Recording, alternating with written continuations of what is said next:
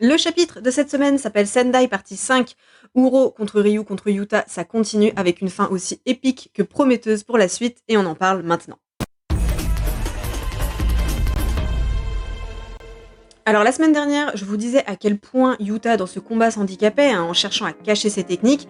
Là on va le voir, il lâche tout. Petit résumé avant d'éplucher un peu tout ça dans la seconde partie. Le chapitre s'ouvre sur une Rika forme complète appelée par Yuta la semaine dernière. Le narrateur intervient pour nous expliquer en détail en quoi consiste sa technique, on y reviendra dans l'analyse, alors que Rika présente à Yuta toutes les armes à sa disposition et lui demande pour laquelle il veut opter. Il enfile ensuite une sorte de gant et le combat s'engage. Yuta lance Rika sur Uro avant d'utiliser la technique d'Inumaki pour l'immobiliser. On est sur un 2 contre 1 à ce stade. Ryu intervient alors avec son Granite Blast et à ce moment-là, ça se scinde en deux. Ryu et Rika d'un côté qui s'échangent des bons gros coups de poing plutôt très musclés et s'envoient à tour de rôle dans le décor. Et de l'autre côté, on a Yuta et Uro. Uro qui renouvelle à ce moment-là une fois de plus sa haine contre le clan Fujiwara dont un des membres est visiblement responsable de sa mort. Et Yuta lui fait plutôt bon usage de la technique de Dhruv en invoquant des Shikigami qui réussissent à blesser son adversaire puisqu'Uro présente plusieurs coupures sur le corps. En réalisant qu'il utilise le sort de Dhruv, elle comprend alors que sa technique consiste en copier celle des autres exorcistes. On reviendra par la suite sur le petit dialogue qu'ils ont à ce moment-là, sur l'importance que porte Uro au fait d'enfin devenir quelqu'un. Ryu intervient et clairement, il n'a pas le temps. Il estime que tout le monde a assez parlé et le chapitre se termine sur cette improbable invocation de 3 extensions du territoire en même temps. Chapitre de dingue, je pense qu'on peut le dire, la fin surtout. Alors Akutami, il est très fort quand même, parce que même quand on pense savoir ce qu'il va faire, il arrive à nous twister le truc pour que ça devienne encore plus dantesque. On s'attendait à voir l'extension du territoire d'un des protagonistes du Sendai, mais est-ce qu'on s'attendait à en voir 3 d'un coup ? Je ne pense pas. Donc, sommaire de cette semaine assez simple, ça va être la technique et le sort de Yuta principalement, et on va aussi faire un petit point sur les adversaires, et surtout, évidemment, mon petit gros coup de cœur du Sendai, à savoir Uro. Analyse donc, on sait enfin ce qu'est devenu Rika depuis la fin du tome 0. Dans une explication pour une fois assez claire, de toute façon, globalement, les techniques du Sendai sont assez simples à comprendre, mais pour schématiser, Rika est devenu une sorte d'espace de stockage pour les armes maudites, et également les sorts, les techniques que Yuta a copiées depuis qu'il est devenu exorciste. Le tout par l'intermédiaire de la fameuse bague qu'il porte à l'annulaire. Finalement, il a libéré l'âme de Rika à la fin de son combat contre Geto pour en garder uniquement l'enveloppe et la force, surtout l'énorme quantité d'énergie occulte qui est rattachée. Yuta peut donc copier les techniques occultes des autres, c'est son sort, et Akutami avait bien fait en sorte d'essayer de nous faire oublier ça puisque ça faisait un moment qu'il n'en avait pas été question dans le récit, puisque depuis son apparition dans cet arc, il a surtout montré son évolution dans ses skills en combat rapproché. Alors c'est un sort qui paraît extrêmement puissant et qui l'est. Évidemment, ce qu'on a envie de savoir, c'est s'il peut copier le pouvoir de Gojo, par exemple, ce qui serait complètement fou.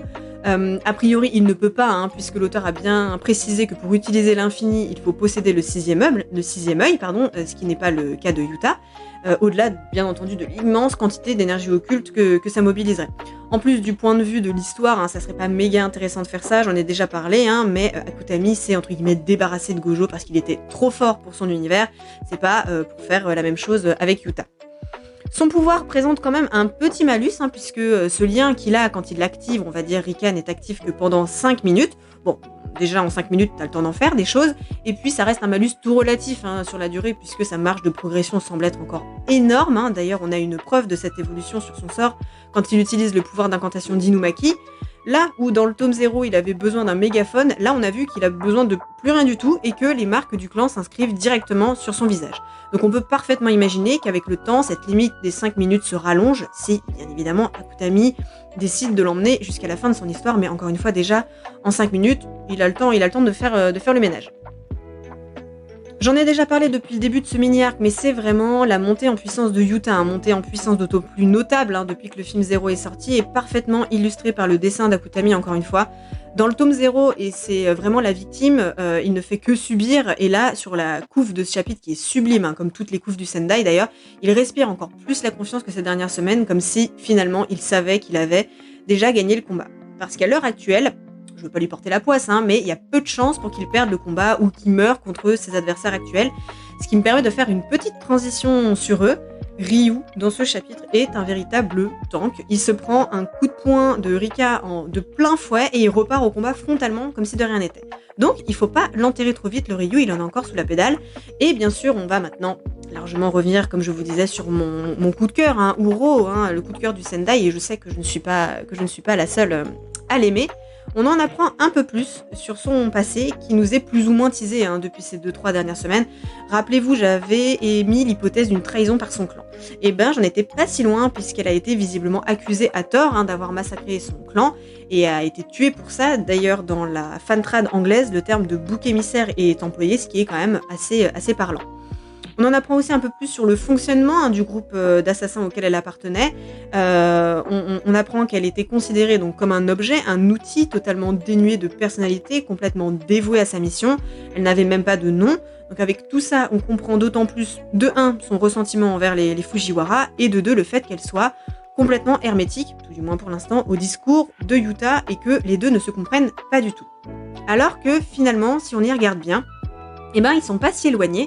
Yuta, et là je vais employer un terme un peu fort, mais Yuta finalement renaît dans le tome 0 en rentrant à l'école d'exorcisme, en trouvant un sens à sa vie, en se liant avec ses autres camarades, Inumaki, Panda, Maki, et Uro, elle, en se réincarnant, donc une deuxième naissance pour elle aussi, choisit de prendre le biais égoïste de la chose comme une opportunité pour elle de vivre comme elle l'entend et de devenir celle qu'elle a toujours voulu être, à savoir elle-même tout simplement.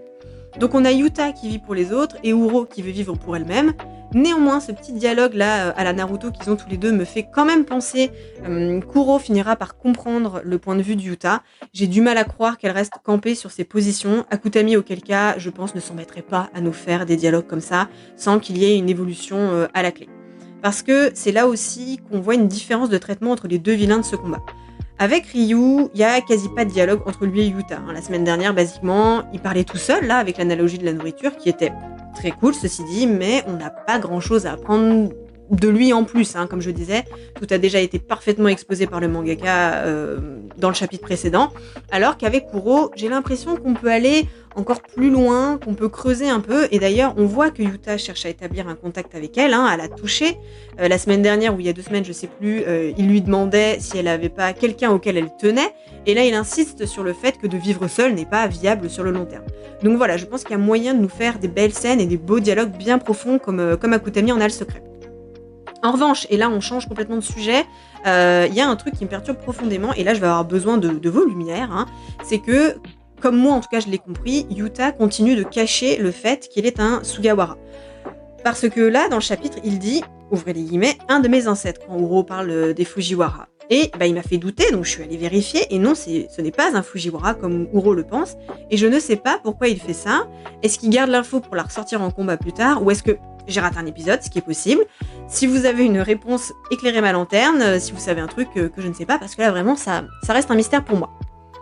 Avant de conclure et de voir ce qu'on peut espérer pour la suite, on va voir un petit peu la chorégraphie du combat, puisque la baston reste quand même le socle de ces chapitres. Une fois de plus, c'est extrêmement rythmé, on a encore ce jeu de profondeur qui est très marqué, notamment quand Yuta envoie Rika sur Uro, on a Rika en très très gros plan, flou, comme si l'œil n'avait pas le temps pour faire la mise au point, comme pour insister d'autant plus sur la rapidité et cette notion de proximité.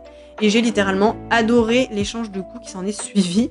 Ce combat m'a fait beaucoup penser à un de mes combats préférés dans la saison 1, à savoir celui de Yuji Nanami contre Mahito, quand les deux mettent des énormes patates de forain à Mahito, en mode zéro noblesse dans le combat. Et quand j'ai vu du coup Yuta et Rika s'acharner sur Uro, j'ai eu tout de suite cette scène en tête, ce qui n'était pas pour me déplaire, parce que voilà, comme je vous disais, j'avais vraiment adoré ce combat. Donc bataille d'extension du territoire pour la semaine prochaine, ça va être complètement fou. Je suis restée plutôt sérieuse pendant cette review, mais c'est quand même dingue ce qui vient de se passer. Plusieurs questions auxquelles j'espère vraiment avoir une réponse, notamment comment vont se matérialiser ces territoires. Est-ce que ça va être des territoires à l'ancienne, un petit peu comme l'avait expliqué Iguruma, puisque Uro et Ryu sont des exorcistes du passé, donc potentiellement des extensions sans garantie de toucher l'adversaire, ce qui pourrait nous amener à avoir des combats un petit peu plus longs, un petit peu plus tactiques, et surtout à quoi va ressembler le territoire de Yuta. Est-ce qu'il va avoir sa propre extension totalement inédite, ou est-ce qu'il va en matérialiser un qu'il a copié? Telle est la question. Je préférais évidemment qu'il ait sa propre extension, mais on verra.